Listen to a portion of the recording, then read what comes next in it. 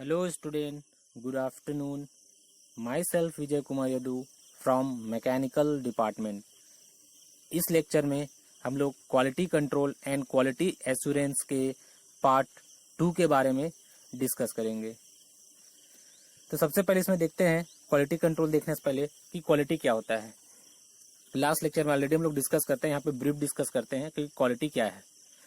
तो क्वालिटी है आपका, जिसमें आपका क्या होना चाहिए, परफेक्शन होना चाहिए, कंसिस्टेंसी होना चाहिए, एलिमिनेटिंग वेस्ट होना चाहिए, स्पीड अप डिलीवरी होना चाहिए, compliances with policies and procedures होना चाहिए, प्रोवाइडिंग गुड यूजेबल प्रोडक्ट्स होने चाहिए, doing it right the first time होना चाहिए, डिलाइटिंग और pleasing customers and total customer service satisfaction.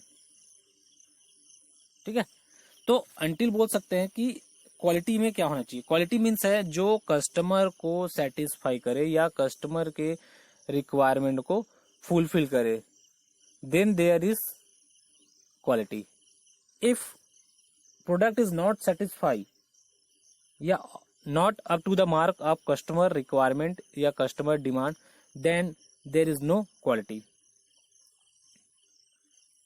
तो सभी चीजों को मिला के, मतलब अंटिल ये बोला जाइए कि कस्टमर जो चीज चाहता है या जिसके लिए प्रोडक्ट खरीदा है, उस प्रोडक्ट में वो सब चीजें होनी चाहिए। उसमें परफेक्शन होनी चाहिए, वो जो कैरेक्टरिस्टिक्स है या जो उसमें जो स्टेट लिखा हुआ है, कमेंट लिखा हुआ है कि उसके जो प्रॉपर्टीज है उस प्रॉपर्टीज को फुलफिल करे, तभी हम बोल सकते हैं कि वहां पे क्वालिटी है। अदरवाइज हम ये बोलेंगे कि वहां पे कोई क्वालिटी नहीं है। ठीक है, फिर अब हम लोग आगे इसमें डिस्कस करते हैं elements of cost, elements of quality, sorry elements of quality. तो एलिमेंट्स ऑफ क्वालिटी में क्या है, दे आर 3 बेसिक टाइप्स। ठीक है, जिसमें है एलिमेंट्स ऑफ क्वालिटी, जिसमें है क्वालिटी कैरेक्टरिस्टिक्स। तो क्वालिटी कैरेक्टरिस्टिक्स क्या है, the term quality characteristics is used to for one or more properties that define the nature of the product for quality control purpose। जिसमें क्या होना चाहिए, क्वालिटी कैरेक्टरिस्टिक्स में बोल सकते हैं जिसमें एक या एक से ज्यादा जो प्रॉपर्टीज है nature of the product for quality control purpose, तब हम लोग बोल सकते हैं। Quality characteristics include, quality characteristics क्या इंक्लूड करता है, जिसमें डायमेंशंस हो, कलर हो, आपका स्ट्रेंथ हो, टेम्परेचर हो, एटसेट्रा। तो दिस ऑल जब रहेगा तब हम बोल सकते हैं कि वहां पे क्वालिटी कैरेक्टरिस्टिक्स है।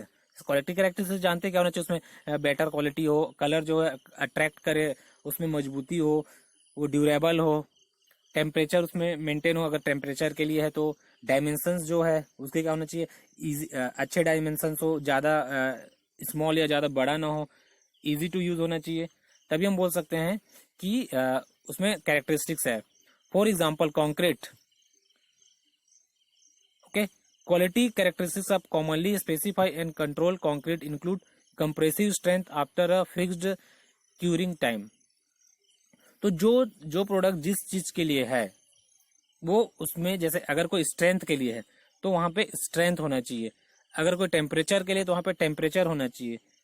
ठीक है, मतलब जो चीज उसका रिक्वायरमेंट है उस कैरेक्टरिस्टिक्स को फुलफिल करे, तो ये हो गया आपका क्वालिटी ऑफ कैरेक्टरिस्टिक्स। देन अपन बात करते हैं क्वालिटी ऑफ डिजाइन। तो डिजाइन में क्या होना चाहिए, जैसा क्या है, it is often specified not only the desired standard for the characteristics that define a product such as dimensions और स्ट्रेंथ, बट ऑल्सो टॉलरेंस और ranges for acceptable variation from the standards.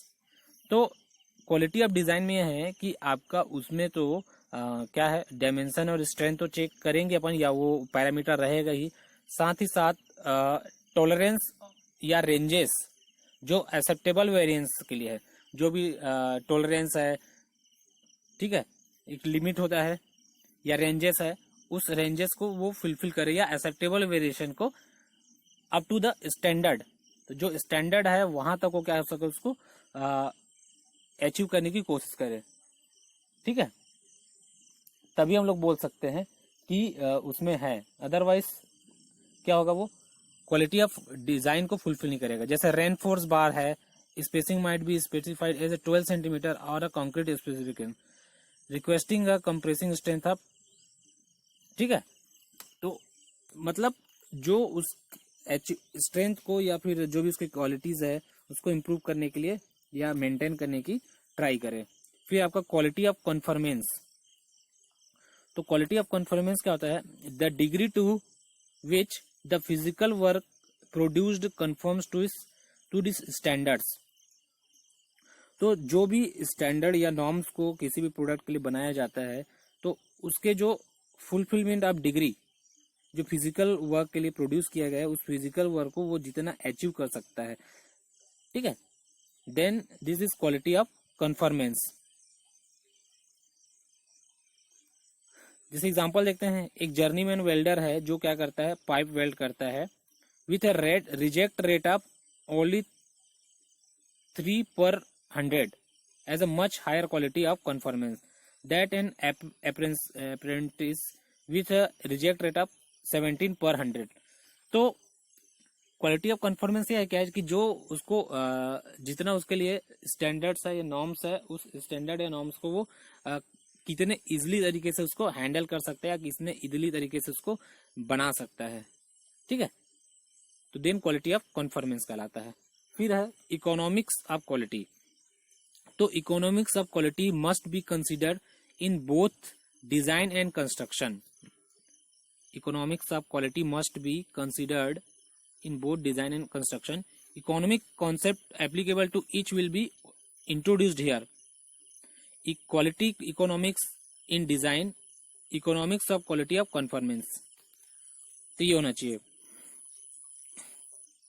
तो जो इकोनॉमिक्स क्या होना चाहिए, design and construction दोनों में हो, क्योंकि वो क्या ज्यादा अगर हम क्वालिटी देने के चक्कर में या अच्छे फीचर देने के चक्कर में क्या कर देते हैं, अगर प्रोडक्ट की कॉस्ट को ज्यादा हो जाता है, ठीक है, प्रोडक्ट की कॉस्ट और कंस्ट्रक्शन कॉस्ट है या डिजाइन कॉस्ट है, अगर वो हाई हो गया और वो नॉट अफोर्डेबल है फॉर द कस्टमर या consumer, then it is not okay. तो क्या करना है हमको, within the affordable rate या अफोर्डेबल प्राइस या कॉस्ट प्रोडक्ट को तैयार करना है, ठीक है।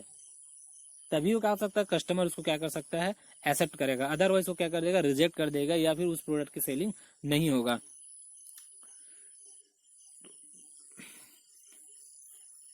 तो ये सब चीज होता है, ठीक है। ये क्वालिटी इकोनॉमिक्स इन डिजाइन हो गया।